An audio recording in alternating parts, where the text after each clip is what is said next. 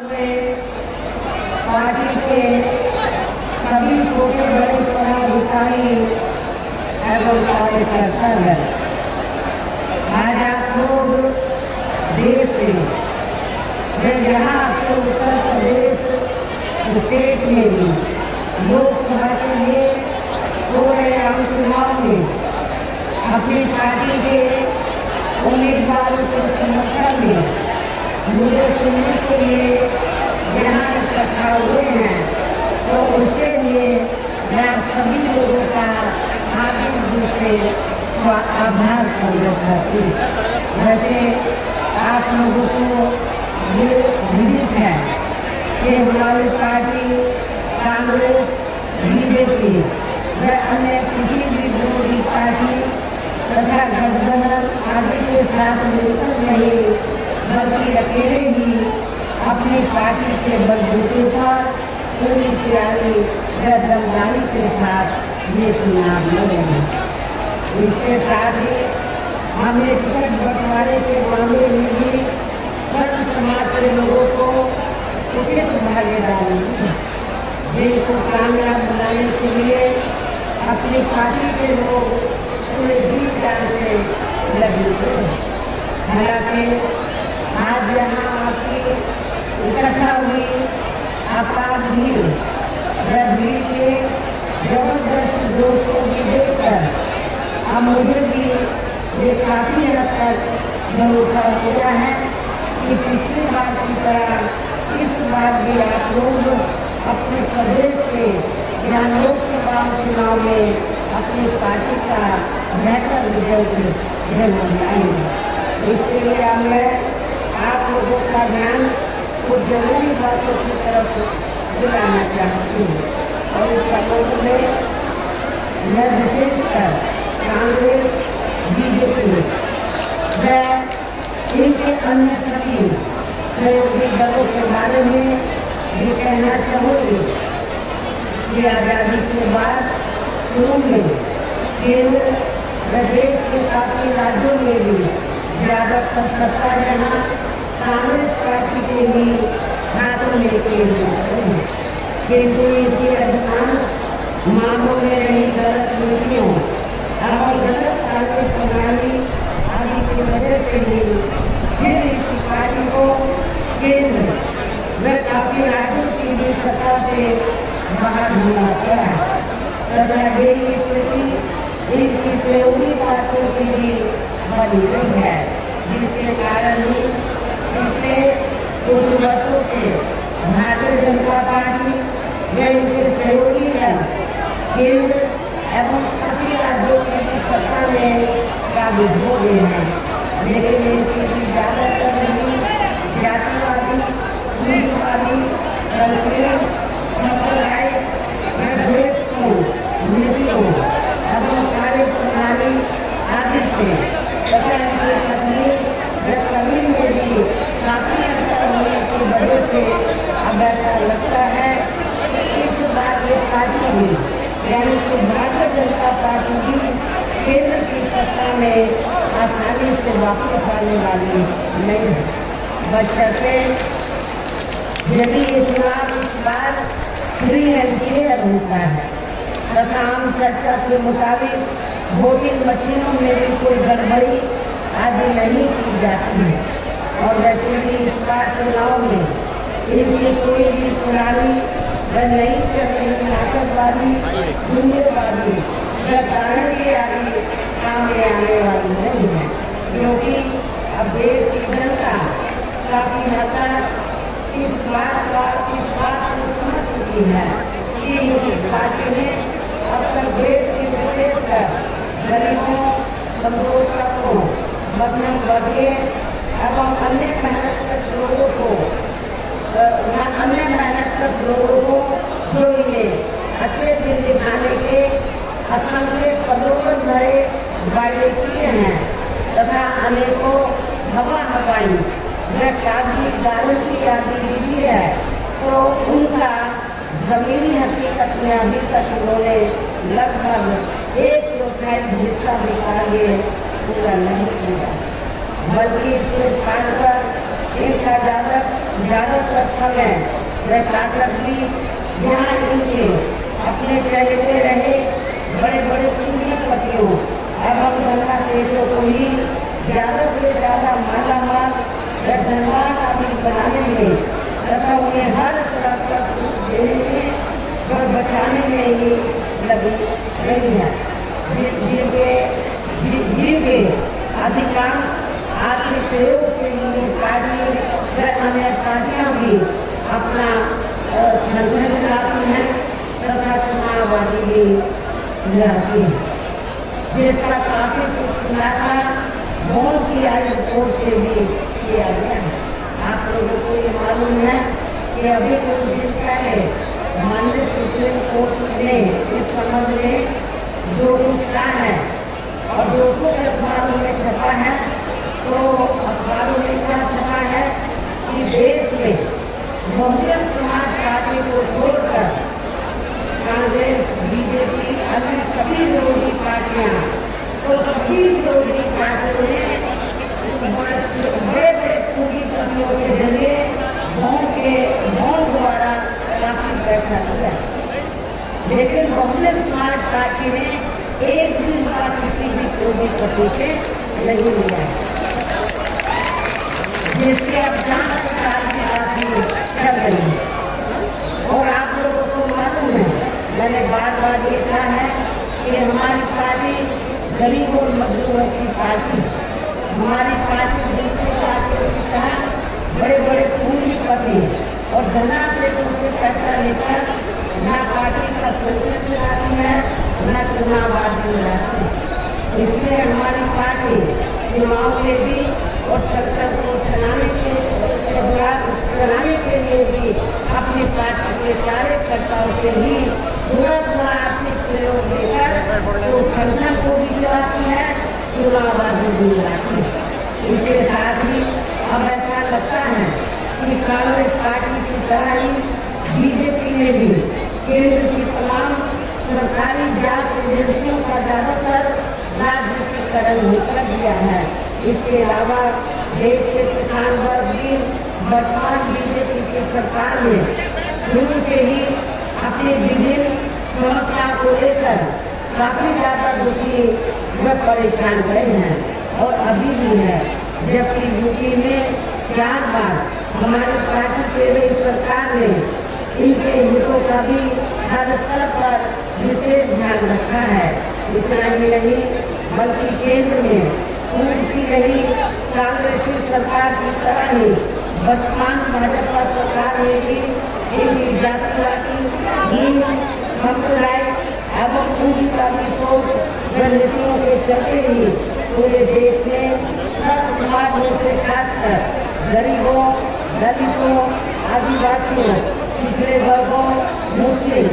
एवं अन्य धार्मिक अल्पसंख्यक समाज के लोगों का भी पूर्ण रूप से विकास व उत्थान आदि नहीं हो सका है। और इस संदर्भ में जैसे आप लोगों को ये मालूम है कि पूरे देश में यहाँ दलितों, आदिवासियों एवं अन्य पिछड़े वर्गों का सरकारी नौकरियों में वर्षों से अधूरा पड़ा आरक्षण का कोटा भी अभी तक पूरा नहीं भरा गया है। विशेषकर SC व ST वर्गों के सरकारी कर्मचारियों का पदोन्नति में आरक्षण भी अब काफी हद तक प्रभावहीन बना दिया गया है। और इस मामले में आप लोगों को ये मालूम है कि जब उत्तर प्रदेश में समाजवादी पार्टी की सरकार थी, तो समाजवादी पार्टी की सरकार ने इन वर्गों के सरकारी कर्मचारियों का पदोन्नति में आरक्षण बिल्कुल खत्म कर दिया था। साथ ही केंद्र व राज्यों में भी विरोधी पार्टियों की सरकारों ने इन सभी वर्गों को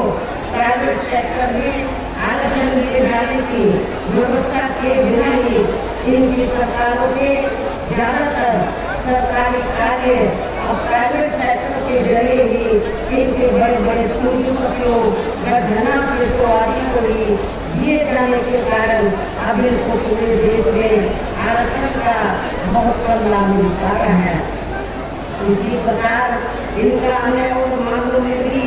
शोषण व व उत्पीड़न आदि होना अभी तक भी बंद नहीं हुआ है। इसके साथ साथ मुस्लिम व अन्य धार्मिक अल्पसंख्यक समाज के लोगों की भी हालत हर स्तर पर यह काफी ज्यादा खराब व दयनीय बनी हुई है। इतना ही नहीं बल्कि पिछले कुछ वर्षों से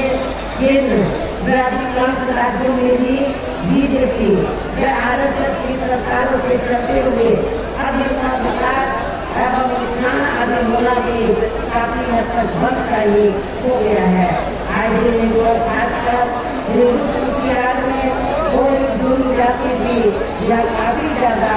चरम सीमा पर पहुंच चुकी है। इनके साथ साथ अपराध समाज में से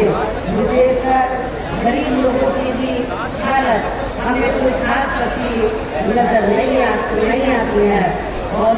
सबसे बड़े दुख की बात यह है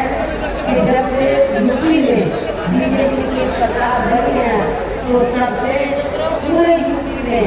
अपराध समाज में से खासकर ब्राह्मण समाज का भी काफी ज्यादा शोषण लोगों के लिए हुआ। भारत सरकार ब्राह्मण समाज का भी काफी ज्यादा शोषण का उत्पीड़न हुआ है। ये बात भी किसी से छिपी नहीं है। इनकी गलत कृषि नीतियों के कारण किसान वर्ग भी आए दिन आंदोलित ही रहता है। साथ ही इनकी गलत आर्थिक नीतियों की वजह से देश की अर्थव्यवस्था पर भी इसका काफी बुरा प्रभाव पड़ा है, जिससे यह विशेषकर छोटे एवं मध्यम वर्गीय व्यापारी वर्ग भी काफी ज्यादा दुखी व परेशान है। और केंद्र में स्कूल की रही सरकारों की प्रणाली वर्तमान भाजपा सरकार में भी यहाँ पूरे देश में गरीबी, बेरोजगारी एवं महंगाई आदि भी लगातार काफी ज्यादा बढ़ रही है। देश में हर स्तर पर फैला भ्रष्टाचार भी अभी तक खत्म नहीं हुआ है। साथ ही अपने देश की सीमाएं भी अभी तक पूरे तौर से सुरक्षित नहीं है। ये भी बड़े चिंता की बात है। ऐसे में अब आप लोगों को देश में हो रहे लोकसभा चुनाव में कांग्रेस, बीजेपी व इनकी सहयोगी साथियों को भी केंद्र की सत्ता में आने से जरूर रोकना है। जिनकी गलत नीतियों व गलत कार्य प्रणाली आदि को आप लोग काफी हद तक आजमा चुके हैं। ऐसी स्थिति में अभी विरोधी पार्टियां इन चुनाव में भी किस्म किस्म के साम, दाम, दंड आदि अनेकों हथकंडे इस्तेमाल करके केंद्र की सत्ता में आने की पूरी कोशिश में लगे हैं, जिनसे अपनी पार्टी के लोगों को हर स्तर पर काफी ज्यादा सावधान रहना है। और इस मामले में विरोधी पार्टियां अपने अपने पक्ष में हवा बनाने के लिए खासकर मीडिया, ओपिनियन पोल व सर्वे आदि का जो बड़े पैमाने पर इस्तेमाल कर रही हैं, तो उससे भी अपनी पार्टी के लोगों को बिल्कुल भी गुमराह नहीं होना है। इसके साथ ही विरोधी पार्टियों के विभिन्न रूपों में जारी किए गए इनके हवाई व प्रलोभन भरे चुनावी घोषणा पत्रों एवं बैनों आदि के बचावे में भी अपनी पार्टी के लोगों को कतई भी नहीं आना है। जिन्हें ये पार्टियां चुनाव खत्म होने के बाद ज्यादातर अमल में नहीं लाती हैं और अब जिन पर से देश की जनता का अधिकांश विश्वास ही उठ गया है। यही खास वजह है कि हमारी पार्टी किसी भी चुनाव में अपनी पार्टी का कोई भी चुनावी घोषणा पत्र आदि जारी नहीं करती है। वैसे भी हमारी पार्टी किसी भी मामले में कहने में बहुत कम बल्कि कार्य करके दिखाने में ही ज्यादा विश्वास रखती है। और इस बात का सबसे बड़ा सबूत ये है कि उत्तर प्रदेश में 4 बार हमारी पार्टी के नेतृत्व में रही सरकार ने चुनाव में अपनी पार्टी के बिना कोई जारी किए गए चुनावी घोषणा पत्र के ही प्रदेश के आम जनहित में काफी कुछ ऐतिहासिक कार्य करके दिखाए हैं, जिनके अब देश में अधिकांश पार्टियों की सरकारें काफी नकल भी कर रही हैं। जबकि इस मामले में हमारी पार्टी का ये कहना है कि यदि इन पार्टियों के स्थान पर केंद्र में हमें अपनी पार्टी की सरकार बनाने का मौका मिलता है तो फिर हमारी पार्टी की बनी सरकार केंद्र में यहाँ अब तक की रही सभी विरोधी पार्टियों की सरकारों की तरह केवल हवा हवाई या कागजी कार्य आदि नहीं करेगी, बल्कि उत्तर प्रदेश की तरह ही जमीनी हकीकत में ठोस कार्य करके दिखाएगी। और इस संदर्भ में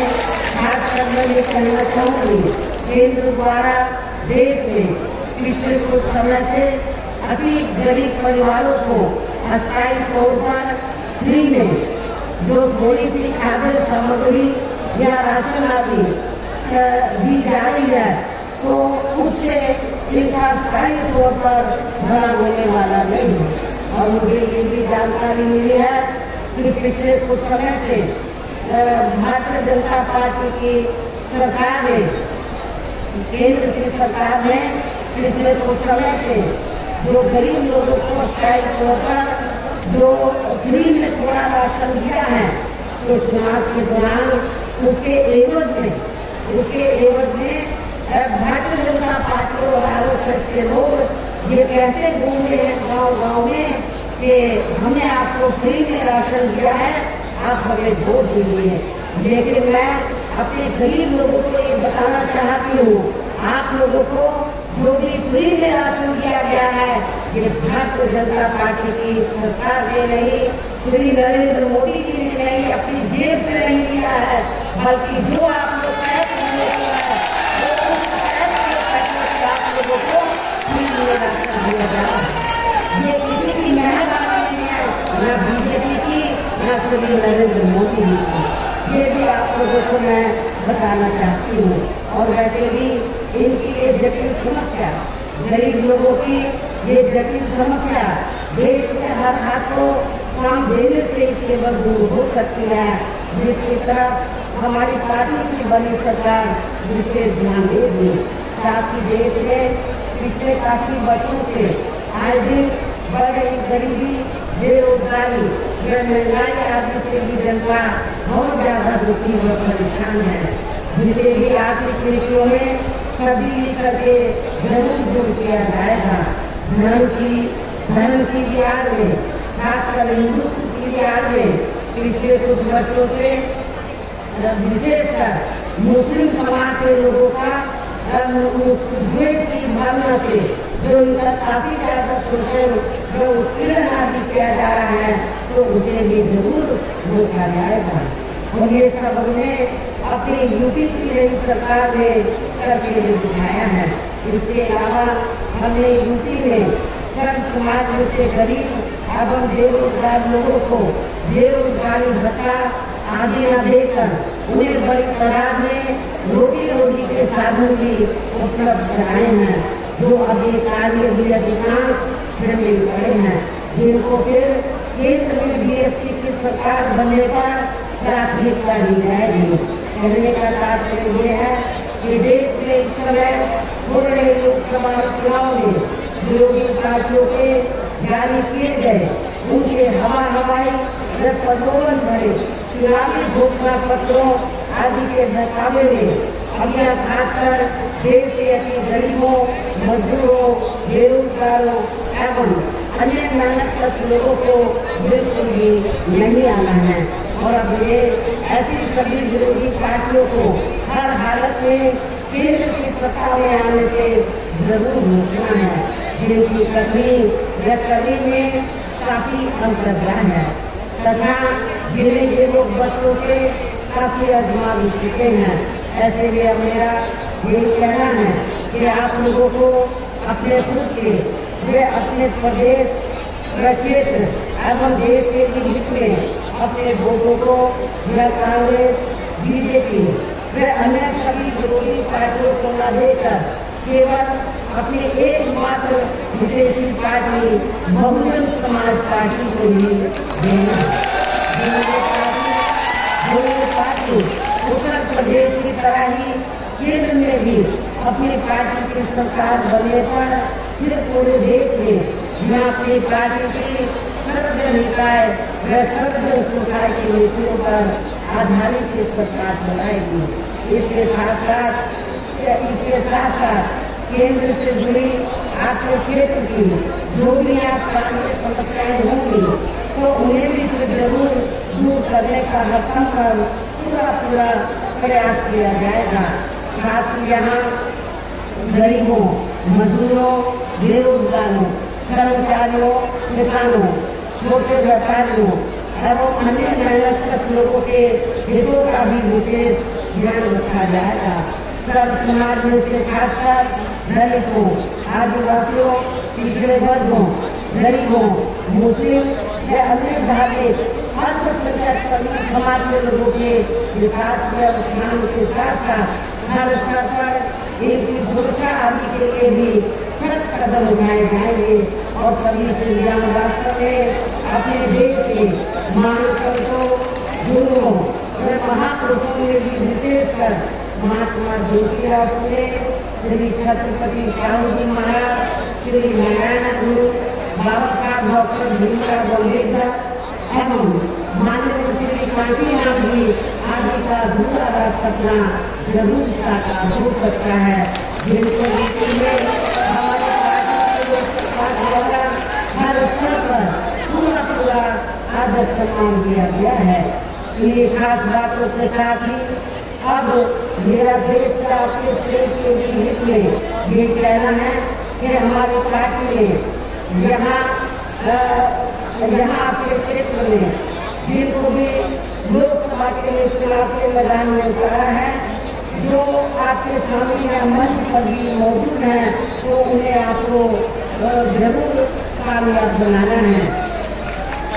जिसके लिए यहाँ पार्टी के सभी स्तर के छोटे बड़े पदाधिकारी एवं कार्यकर्ता गण आदि पूरे जी जान से लगे हैं। और अब अंत में मेरा यही कहना है कि आप लोगों को वोट करने वाले दिन यहाँ बीएसपी के अपने सभी लोकसभा उम्मीदवारों को अर्थात आपके क्षेत्र में हमें हरदोई जो सुरक्षित लोकसभा की सीट है, तो हरदोई सुरक्षित लोकसभा की सीट से श्री भीमराव अम्बेडकर को चुनाव के मैदान में उतारा है, जिन्होंने तो आपके हरदोई के साथ पूरे लखनऊ मंडल को बीएसपी से जोड़ने के लिए उन्होंने हर संभव बीएसपी की विचारधारा से जोड़ने के लिए हर संभव पूरा प्रयास किया है। तो इन्होंने यहाँ से चुनाव लड़ने का फैसला लिया और इनको जिताने के लिए मुझे ये जानकारी मिली है कि आप लोग पूरे जी जान से लगे हैं। दूसरी उसके बगल में दूसरी सुरक्षित लोकसभा की सीट है, यहाँ से हमने श्री BR अहलवार को हमने चुनाव के मैदान में उतारा है। ये भी पढ़े लिखे अधिकारी हैं, तो मेरी इनको भी आप लोगों को कामयाब बनाना है। उन्नाव लोकसभा की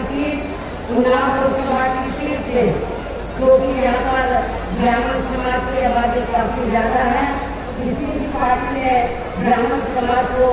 वहाँ लोकसभा का टिकट नहीं दिया है। उन्नाव में पहले भी ब्राह्मण समाज का हमारा प्रत्याशी चुनाव जीत चुका है, तो हमने काफी गंभीरता से सोच विचार करने के बाद उन्नाव लोकसभा की सीट से ब्राह्मण समाज के व्यक्ति को टिकट दिया है। श्री अशोक कुमार पांडे को हमने चुनाव ये हमारे तीनों प्रत्याशी आपके सामने मौजूद हैं, तीनों मिशनरी हैं और श्री BR अम्बेडकर के बारे में मालूम है कि ये पार्टी की मूवमेंट को